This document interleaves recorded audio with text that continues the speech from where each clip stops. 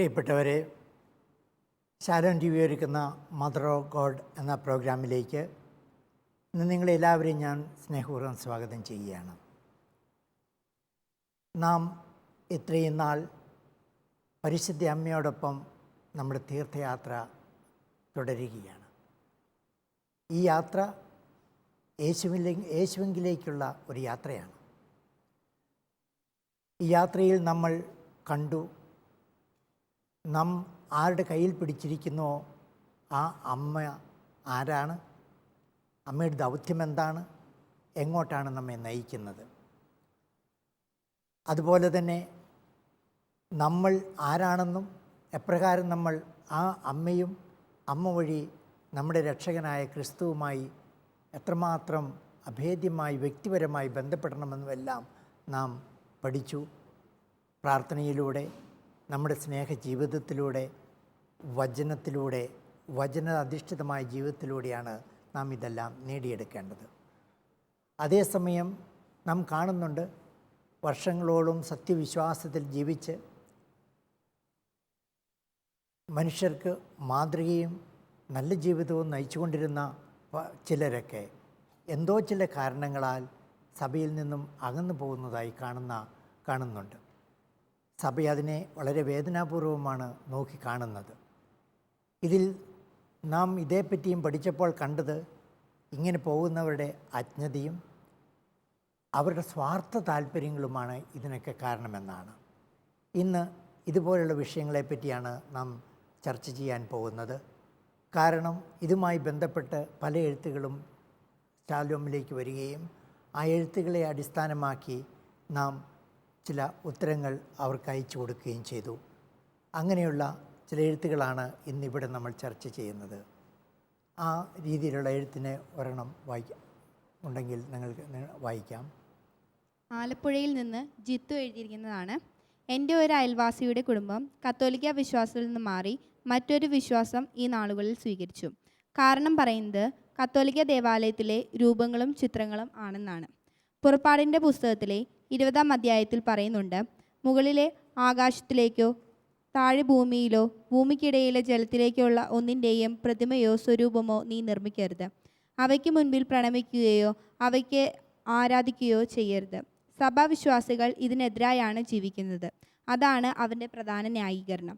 അങ്ങനെയുള്ളവരോട് എന്തുത്തരമാണ് കൊടുക്കേണ്ടത്? വർഷങ്ങളായി, നൂറ്റാണ്ടുകളായി നല്ല ക്രൈസ്തവ ജീവിതം നയിച്ച ചില കുടുംബങ്ങൾ ഇപ്രകാരം ഓരോ കാരണവും പറഞ്ഞ് സഭ വിട്ടു പോകുന്ന പല അനുഭവങ്ങളും പാഠങ്ങളും നാം കാണുന്നുണ്ട്. എൻ്റെ തന്നെ പരിചയത്തിലുള്ള ചിലരും ഇപ്രകാരം പോയി. അവരുമായി സംസാരിച്ചപ്പോൾ, അവരുടെ ചില കാര്യങ്ങൾ പഠിച്ചപ്പോൾ ഞാൻ മനസ്സിലാക്കിയത്, യഥാർത്ഥത്തിൽ ബൈബിളിലുള്ള വചനത്തെപ്പറ്റി അഗാധമായി അവർ പഠിക്കുന്നില്ല. അതിൻ്റെ ഒരർത്ഥം മാത്രം എടുക്കുന്നു, ഒരു വശം മാത്രം കാണുന്നു. രണ്ടാമത് അവർ പോകാനുള്ള കാരണം അവരുടെ സ്വാർത്ഥ താല്പര്യമാണ് പലപ്പോഴും ഞാൻ കണ്ടെത്തിയത്. ചിലരുടെ സാമ്പത്തികമായ നേട്ടവും ഇതിനൊരു കാരണമായി തീരുന്നുണ്ട്. എന്നിട്ട് അവർ ഇപ്പോൾ വായിച്ചതുപോലെയുള്ള ചില കാരണങ്ങൾ അതിനെ ആരോപിക്കുന്നു എന്ന് മാത്രമേ ഉള്ളൂ. ഉദാഹരണമായിട്ട് 2000 വർഷമായി സഭയിൽ കൊണ്ടുവരുന്ന ചില പാരമ്പര്യങ്ങളുണ്ട്.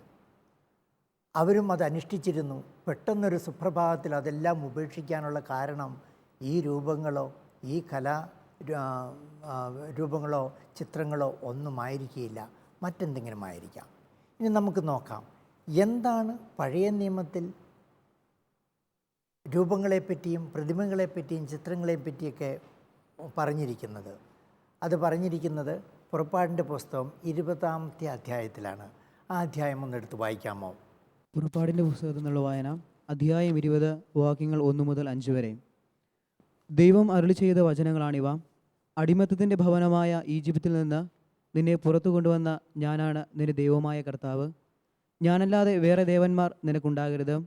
മുകളിൽ ആകാശത്തിലോ താഴെ ഭൂമിയിലോ ഭൂമിക്കടിയിലെ ജലത്തിലോ ഉള്ള ഒന്നിൻ്റെയും പ്രതിമയോ സ്വരൂപമോ നീ നിർമ്മിക്കരുത്. അവയ്ക്ക് മുൻപിൽ പ്രണമിക്കുകയോ അവയെ ആരാധിക്കുകയോ ചെയ്യരുത്. എന്തെന്നാൽ ഞാൻ നിന്റെ ദൈവമായ കർത്താവ് അസഹിഷ്ണുവായ ദൈവമാണ്. പുറപ്പാടിൻ്റെ പുസ്തകം 20-ാം അധ്യായം ഒരു പ്രത്യേക സാഹചര്യത്തിൽ എഴുതപ്പെട്ടിട്ടുള്ളതാണ്. ആ സാഹചര്യം മനസ്സിലാക്കണമെങ്കിൽ നമ്മൾ 19-ാം അധ്യായത്തിലേക്ക് കടന്നു ചെല്ലണം. അവിടെ നാം കാണുന്ന സീനായി മലയുടെ താഴ്വരയിൽ ഇസ്രായേൽ ജനങ്ങൾ ഒന്നുകൂടി. അവർ പറഞ്ഞു, ഞങ്ങൾക്ക് ദൈവത്തെ ദർശിക്കുവാൻ സാധിക്കുകയില്ല. അതുകൊണ്ട് അവർ മോശയെ പറഞ്ഞു വിടുകയാണ് സീനായി മലമുകളിലേക്ക്. ദൈവം മോശയുമായി ഒരു ഉടമ്പടി വയ്ക്കുന്നു. ആ ഉടമ്പടിക്ക് അതുപോലെ തന്നെ കൽപ്പന നൽകുന്നു. ആ കൽപ്പനയുമായി മോശ സീനായി മലയുടെ മുകളിൽ നിന്നും താഴേക്ക് ഇറങ്ങി വരുന്നു. അപ്പോൾ അവിടെ കാണുന്ന രംഗം, ഇവർ ദിവസങ്ങൾ കൊണ്ട് അവരെ ഈജിപ്തിൽ നിന്നും രക്ഷപ്പെടുത്തി കാനാൻ ദേശത്തേക്ക് കൊണ്ടുവരുന്ന ദൈവത്തെ അവർ മറന്നുകൊണ്ട് ദൈവത്തിന് പകരം സൃഷ്ടവസ്തുക്കളെ അവർ ആരാധിക്കുന്ന ഒരു രംഗമാണ്. രാജാക്കന്മാരുടെ പുസ്തകത്തിലും ഇതുപോലെ രംഗം അവതരിപ്പിക്കുന്നുണ്ട്. നക്ഷത്രങ്ങളെയും പക്ഷികളെയും മൃഗങ്ങളെയും അവർ ദൈവങ്ങളായി ആരാധിക്കുന്നു. അവയുടെ പ്രതിമകളും രൂപങ്ങളും ഉണ്ടാക്കി ആ പ്രതിമകൾക്ക്, ആ വിഗ്രഹങ്ങൾക്ക് ദൈവത്തിന് കൊടുക്കേണ്ട എല്ലാ ആരാധനയും കൊടുക്കുന്നുണ്ട്. ഈ ഒരു സാഹചര്യത്തിൽ എഴുതപ്പെട്ട വാക്കാണിത്. അതായത് ദൈവത്തിൻ്റെ വചനം, ഞാനല്ലാതെ വേറെ ദേവന്മാർ നിനക്കുണ്ടാകരുത്. അത് ദൈവകൽപ്പനയാണ്, ഒന്നാമത്തെ കൽപ്പനയാണ്. ആ കൽപ്പന ദൈവം അവിടെ സ്ഥാപിക്കുന്നു.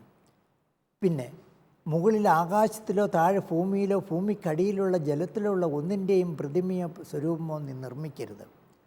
അത് വാച്യാർത്ഥത്തിൽ എടുക്കുന്നവർക്കാണ് ഇതുപോലെയുള്ള പ്രശ്നങ്ങളുണ്ടാകുന്നത്. ദൈവവചനത്തെ വ്യാഖ്യാനിക്കുമ്പോൾ അതിൻ്റെ സാഹചര്യങ്ങൾ, അതിൻ്റെ സന്ദേശം, അത് എഴുതപ്പെട്ട ഭാഷ, എഴുതപ്പെട്ട സംസ്കാരം, ഇതെല്ലാം അതിൽ വരാനുണ്ട്. ഇത് വാചികമായി തന്നെ എടുത്തുകൊണ്ട് കൃത്യമായി അനുസരിക്കുന്നവർ അങ്ങനെയുണ്ടെങ്കിൽ ഒരു ഫോട്ടോ എടുക്കാൻ പാടില്ല, പത്രം വായിക്കുവാൻ പാടില്ല. അവിടെയൊക്കെ രൂപങ്ങളല്ലേ വരുന്നത്. ഫോട്ടോ എന്നതിൻ്റെ മലയാള ഭാഷ തന്നെ പ്രതിച്ഛായ എന്നാണ്, രൂപം എന്നാണ്. ടി വി കാണാൻ പാടില്ല, ടി വിയിലും വരുന്ന പ്രതിച്ഛായയല്ലേ. അപ്പോൾ ദൈവം അതല്ല ഉദ്ദേശിക്കുന്നത്. ദൈവം ഉദ്ദേശിക്കുന്നത് സൃഷ്ടാവിനെ മാത്രം നിങ്ങൾ ആരാധിക്കുക. സൃഷ്ടാവിന് കൊടുക്കേണ്ട ആരാധന, വണക്കം, അത് സൃഷ്ടവസ്തുക്കൾക്ക് കൊടുക്കരുത്. പിന്നെ എന്തിനാണ് പ്രതിമകൾ ഉണ്ടാക്കുന്നത്? എന്തിനാണ് രൂപങ്ങൾ ഉണ്ടാക്കുന്നത്? അതെന്തിനെ പ്രതിനിധീകരിക്കുന്നുവോ ആ പ്രതിനിധീകരിക്കുന്ന യാഥാർത്ഥ്യത്തെ ഓർമ്മിപ്പിക്കാൻ വേണ്ടി മാത്രമാണ്. അതിനെ ആ യാഥാർത്ഥ്യത്തിന് പകരം ഈ ഉണ്ടാക്കിയ സൃഷ്ടവസ്തുവിന് ആരാധന കൊടുത്താൽ അതാണ് വിഗ്രഹാരാധന. ഇപ്പോൾ ദൈവം തന്നെ മനുഷ്യർക്ക് ഭാവന നൽകുന്നു, സർഗശക്തികൾ നൽകുന്നു. പഴയ നിയമത്തിൽ പറയുന്നുണ്ട്, ശില്പവസ്തുക്കൾ ഉണ്ടാക്കുവാനുള്ള കഴിവ് ദൈവം മനുഷ്യർക്ക് നൽകുന്നു. ശില്പവസ്തുക്കളെ ഉണ്ടാക്കുവാൻ ദൈവം ആജ്ഞാപിക്കുന്നു. അതുപോലെ തന്നെ ദൈവം തന്നെ പറയുന്നുണ്ടല്ലോ, പിച്ചള സർപ്പത്തെ ഉയർത്തുവാൻ അതൊരു പ്രതീകമായിട്ട്. അതുപോലെ തന്നെ പേടകത്തിന് മുകളിൽ 2 മാലാഖമാർ കുരൂപ് ഉണ്ടാക്കുവാൻ വേണ്ടി ദൈവം പറയുന്നുണ്ട്. അതൊക്കെ പ്രതീകങ്ങളാണ്. പ്രതീകങ്ങളെ ദൈവം ഒരിക്കലും അതിനെ നിരോധിക്കുന്നില്ല. പക്ഷേ പ്രതീകങ്ങൾക്ക് അത് എന്തിനെ പ്രതിനിധീകരിക്കുന്നു അതിൻ്റെ പ്രാധാന്യം നൽകരുത്, അതിന് കൊടുക്കേണ്ട ആരാധന നൽകരുത്. ഇതാണ്, അല്ലെങ്കിൽ അത് വിഗ്രഹാരാധനയെ തീർന്നു. ഇനി നമ്മുടെ പള്ളികളിൽ രൂപങ്ങളുണ്ട്, ചിത്രകലകളുണ്ട്. ഇതേപ്പറ്റി കഴിഞ്ഞ പ്രാവശ്യം നമ്മുടെ 15-ാമത്തെ എപ്പിസോഡിൽ വളരെ വിശദമായി ഞാൻ ചർച്ച ചെയ്തതാണ്. ഈ കലാരൂപങ്ങളും ഈ രൂപങ്ങളും അത് ഒരു തുറന്ന വാതിൽ പോലെയാണ്. ആ വാതിലിലൂടെ നമ്മൾ ഉള്ളിൽ പ്രവേശിക്കണം. ഈ രൂപങ്ങൾ, ചിത്രങ്ങൾ നമ്മൾക്ക് അതിൻ്റെ പിന്നിലുള്ള യാഥാർത്ഥ്യത്തിലേക്ക് നമ്മുടെ മനസ്സിനെ നയിക്കുകയാണ്. ഒരിക്കലും കത്തോലിക്ക സഭയിലോ അല്ലെങ്കിൽ ചിത്രങ്ങളെ വണങ്ങുന്ന മറ്റ് ക്രൈസ്തവ സഭകളിലോ ഒരിക്കലും ചിത്രങ്ങൾക്കോ രൂപങ്ങൾക്കോ വിഗ്രഹത്തിൻ്റെ സ്ഥാനം കൊടുക്കുന്നില്ല. ഒരിക്കലും ആരാധിക്കുന്നില്ല, ഒരിക്കലും വണങ്ങുന്നില്ല. ഒരുപക്ഷെ നമ്മൾ ആ രൂപത്തിന് മുമ്പിൽ തലകുനിച്ചേക്കാം. കുനിക്കുന്നത് അതുണ്ടാക്കിയ ആ സിമൻറ്റോ അതല്ലെങ്കിൽ തടിയെ അല്ല നമ്മൾ ആരാധിക്കുന്നതും വണങ്ങുന്നതും, അതിൻ്റെ പിന്നിലുള്ള യാഥാർത്ഥ്യത്തെയാണ്. മറ്റൊരു ഉദാഹരണം പറയാം. നമ്മുടെ അപ്പച്ചൻ്റെ ഫോട്ടോ നമ്മൾ എടുത്ത് സൂക്ഷിക്കുന്നു. ആ ഫോട്ടോ കാണുമ്പോൾ ആ ഫോട്ടോയ്ക്ക് എനിക്ക് 1000 സന്ദേശങ്ങൾ നൽകാൻ, ആ അപ്പച്ചനെ പറ്റിയുള്ള ഓർമ്മ എന്നിൽ നിറഞ്ഞു തെളുമ്പുവാൻ അത് സഹായകമാവും. എന്നാൽ അത് അപ്പച്ചനല്ല. ഞാനൊരിക്കലും അത് അപ്പച്ചനായിട്ട് കണക്കാക്കുന്നില്ല. അതെൻ്റെ ഒരു അപ്പച്ചൻ്റെ ഫോട്ടോയാണ്. ഇത്ര മാത്രമേ നമ്മൾ പള്ളികളിൽ സൂക്ഷിച്ചിരിക്കുന്ന രൂപങ്ങൾക്കും അതുപോലെ തന്നെ ചിത്രങ്ങൾക്കും നമ്മൾ പ്രാധാന്യം കൊടുക്കുന്നുള്ളൂ. എന്നാൽ ആ രൂപങ്ങൾക്ക് അതിൻ്റേതായ ബഹുമാനവും നമ്മൾ കൊടുക്കുന്നുണ്ട്. നമ്മുടെ വീട്ടിലെ വല്യപ്പച്ചൻ്റെയോ വല്യമ്മച്ചിയുടെയോ അപ്പച്ചൻ്റെയോ അമ്മച്ചിയുടെയോ ഒക്കെ ഫോട്ടോ വയ്ക്കുമ്പോൾ അതുപോലെയുള്ള ആ ഒരു ബഹുമാനം തീർച്ചയായിട്ടും അർഹിക്കുന്ന അതിൻ്റെ പിന്നിലുള്ള യാഥാർത്ഥ്യങ്ങൾക്ക് നമ്മൾ കൊടുക്കണം. അതിൻ്റെ പേരിൽ സഭയുപേക്ഷിച്ച് പോവുക എന്നത് അത് അവരുടെ അജ്ഞതയാകാം, സ്വാർത്ഥതയാകാം. 100-ൽ 99% സ്വാർത്ഥതയാണ് ഇതിൻ്റെ പിന്നിലുള്ളത്. അല്ലെങ്കിൽ പഴയ നിയമത്തിലെയും പുതിയ നിയമത്തിലെയും വചനമനുസരിച്ച് മാത്രം എടുക്കുന്നവർക്ക്, അതിൻ്റെ അർത്ഥം മാത്രം എടുക്കുന്നവർക്ക് വേറെ എന്തെല്ലാം കാര്യങ്ങൾ ചെയ്യാൻ സാധിക്കുന്നു. യേശു തന്നെ പറയുന്നുണ്ടല്ലോ, നിങ്ങളുടെ ഹൃദയകാഠിന്യം കൊണ്ടാണ് മോശ അപ്രകാരം ഒരു നിയമം എഴുതിയതെന്ന്. അതായത് വിവാഹമോചനത്തെപ്പറ്റി പറയുമ്പോൾ. എന്നിട്ട് യേശു ഇതെല്ലാം മാറ്റിക്കളയുകയാണ്. പഴയ നിയമത്തിൻ്റെ ആ തെറ്റായ വശങ്ങളെയെല്ലാം മാറ്റിക്കൊണ്ട് പുതിയ നിയമത്തിൽ സ്നേഹത്തിൻ്റെ ഒരു സുവിശേഷം അവിടുന്ന് കൊണ്ടുവരികയാണ്. അപ്പോൾ നമ്മൾ ഏതെങ്കിലും ചിത്രങ്ങളോ രൂപങ്ങളോ സഭയിൽ ഉപയോഗിക്കുന്നുണ്ടെങ്കിൽ, കുടുംബത്തിൽ ഉപയോഗിക്കുന്നുണ്ടെങ്കിൽ, അത് നമ്മെ അതിൻ്റെ പിന്നിലുള്ള ആത്മീയ യാഥാർത്ഥ്യത്തിലേക്ക് നയിക്കുന്ന ഒരു മാർഗമായിട്ടാണ് നമ്മളത് സ്വീകരിക്കുന്നത്. ആ മാർഗം അതിൽ അവസാനിക്കുന്നില്ല. ആ മാർഗത്തെ നമ്മൾ ആരാധിക്കുന്നില്ല. അപ്പോൾ അതൊരിക്കലും നമ്മുടെ ഒരു വിഗ്രഹാരാധനയല്ല, പ്രത്യുത അത് ആ ഒരു ആത്മീയ യാഥാർത്ഥ്യത്തിലേക്ക് നയിക്കുന്ന ഒരു മാർഗമായി മാത്രമേ നമുക്കത് കാണേണ്ടതുള്ളൂ. അച്ഛാ, എനിക്കൊരു സംശയമുണ്ട്. ക്രിസ്തു ഏക മധ്യസ്ഥനായിരിക്കെ പരിശുദ്ധ കന്യകാമറിയത്തോടുള്ള മാതാവിനോടുള്ള ഭക്തി ക്രിസ്തുവിൻ്റെ വ്യക്തിബന്ധത്തിൽ നിന്നും ചിലരെയെങ്കിലും അകറ്റി നിർത്തിയതായി ചിലരൊക്കെ പറയാറുണ്ട്. അത് ശരിയാണോ? അതൊന്ന് വിശദീകരിക്കാമോ? യേശുവിൻ്റെ അമ്മയായ പരിശുദ്ധ കന്യാമറിയത്തോടുള്ള സ്നേഹം, ഭക്തി യേശുവിൽ നിന്നുള്ള വ്യക്തിപരമായ ബന്ധത്തിൽ നിന്നും ചിലരെ മാറ്റി നിർത്തുന്നു. ഇതല്ല സംശയം. തിരുസഭയിൽ അറിയപ്പെടുന്ന ഒരു വലിയ മരിയ ഭക്തനാണ് വിശുദ്ധ ലൂയിസ് ദെ മോൺഫോർട്ട്. വിശുദ്ധൻ മരിയ ഭക്തിയെപ്പറ്റി അനേകം പുസ്തകങ്ങൾ എഴുതിയിട്ടുണ്ട്.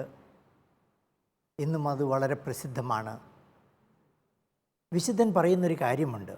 ഏതെങ്കിലും ഒരു വ്യക്തി മരിയ ഭക്തി കാരണം ക്രിസ്തുവിൽ നിന്നും അകന്നു പോകേണ്ട സാഹചര്യം വരികയാണെങ്കിൽ ആ നിമിഷത്തിൽ മരിയ ഭക്തി നിർത്തിവയ്ക്കണം എന്ന്.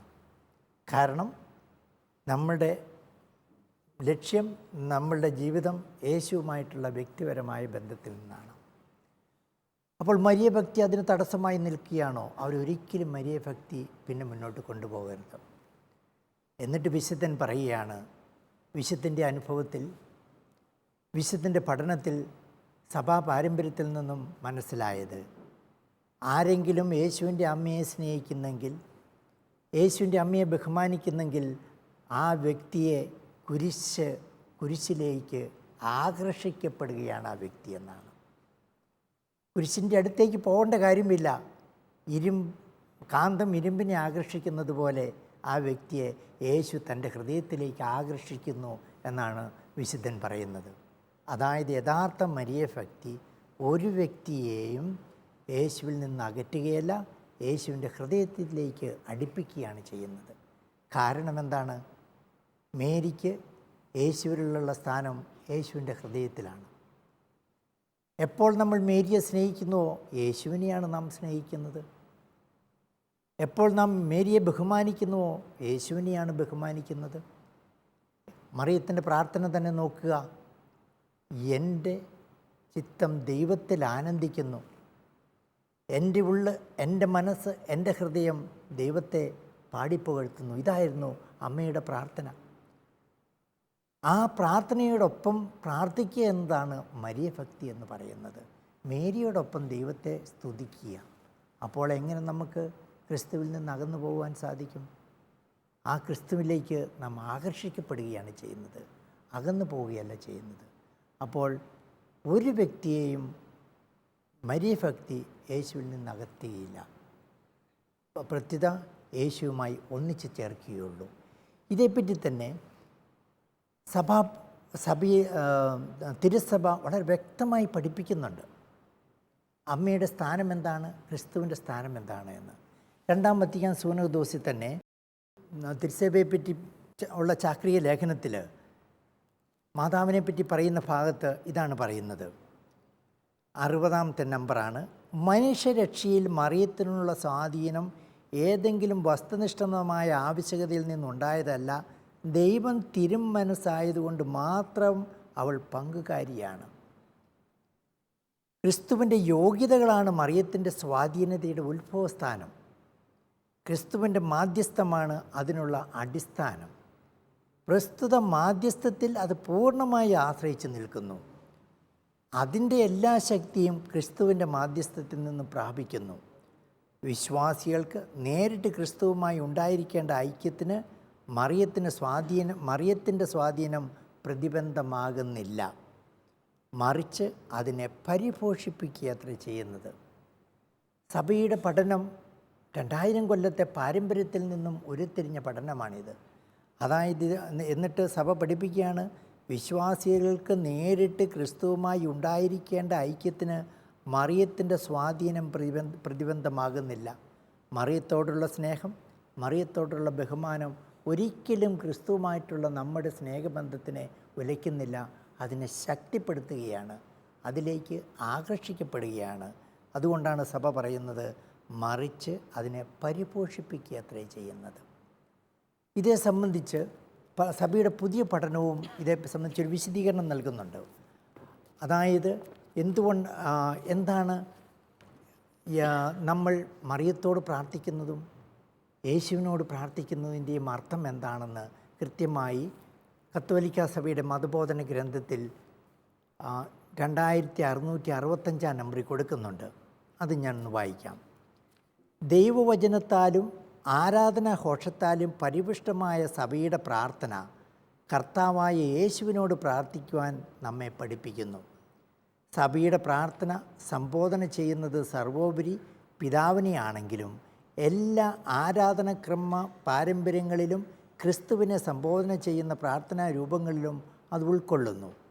സഭയുടെ പ്രാർത്ഥനയിൽ ഉപയോഗിക്കപ്പെടുന്ന ചില സങ്കീർത്തനങ്ങളും പുതിയ നിയമവും ദൈവപുത്രൻ, ദൈവവചനം, കർത്താവ്, രക്ഷകൻ, ദൈവത്തിൻ്റെ കുഞ്ഞാട്, രാജാവ്, പ്രിയപുത്രൻ, കന്യാസുതൻ, നല്ല ഇടയൻ, നമ്മുടെ ജീവൻ, നമ്മുടെ വെളിച്ചം, നമ്മുടെ പ്രത്യാശ, നമ്മുടെ ഉയർത്തെഴുന്നേൽപ്പ്, മനുഷ്യവംശത്തിൻ്റെ സ്നേഹിതൻ എന്നിങ്ങനെ ക്രിസ്തുവിനെ വിളിച്ചപേക്ഷിക്കുന്ന വിഭിന്ന പ്രാർത്ഥനാ രൂപങ്ങൾ നമ്മുടെ അധരങ്ങളിൽ വച്ചു തരികയും ഹൃദയങ്ങളിൽ രേഖപ്പെടുത്തുകയും ചെയ്യുന്നു.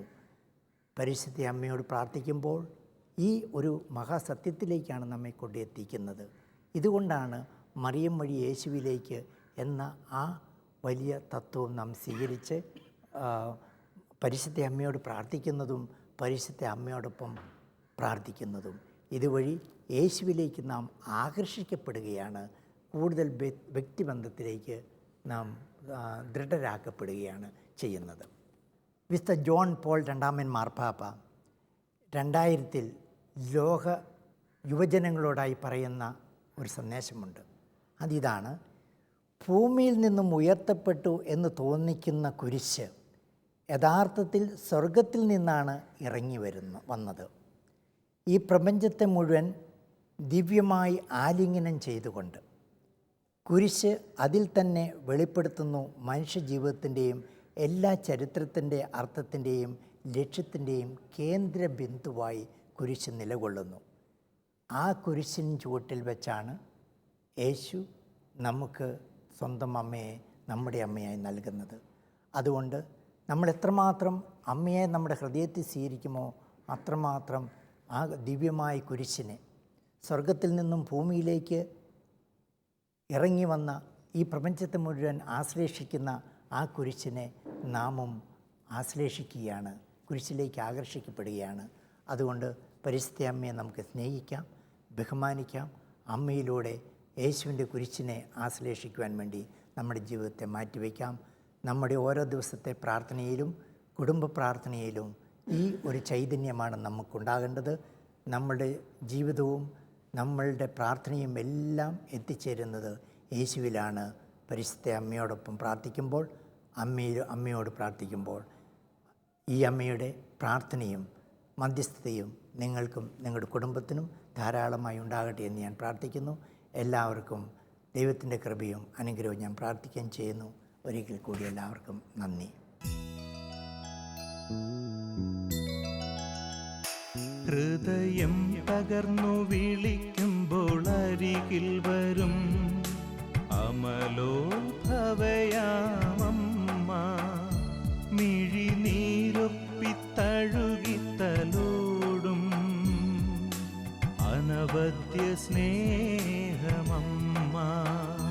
ഹൃദയം പകർന്നു വിളിക്കുമ്പോൾ അരികിൽ വരും അമലോത്ഭവയാമമ്മ. മിഴിനീരൊപ്പിത്തഴുകിത്തലോടും അനവദ്യ സ്നേഹമമ്മ.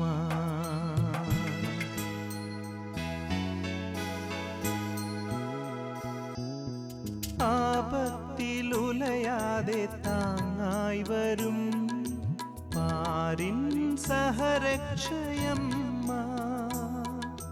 പാപത്തിൽ വീഴാതെ തുണയായി വരും പരിശുദ്ധ കന്യയാണമ്മ. പരിശുദ്ധനേശുവിൻ തിരുസന്നിധിയിൽ മാധ്യസ്ഥ്യമേകുന്നോരമ്മ.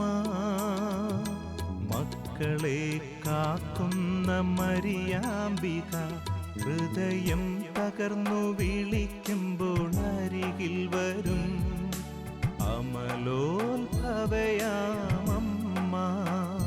മിഴിനീരൊപ്പിത്തഴുകിത്തലോടും അനവദ്യ സ്നേഹമമ്മ. ഹൃദയം പകർന്നു വിളിക്കുമ്പോൾ അരികിൽ വരും അമലോത്ഭവയാമമ്മ. മിഴിനീരൊപ്പിത്തഴുകിത്തലോടും അനവദ്യ സ്നേഹമമ്മ.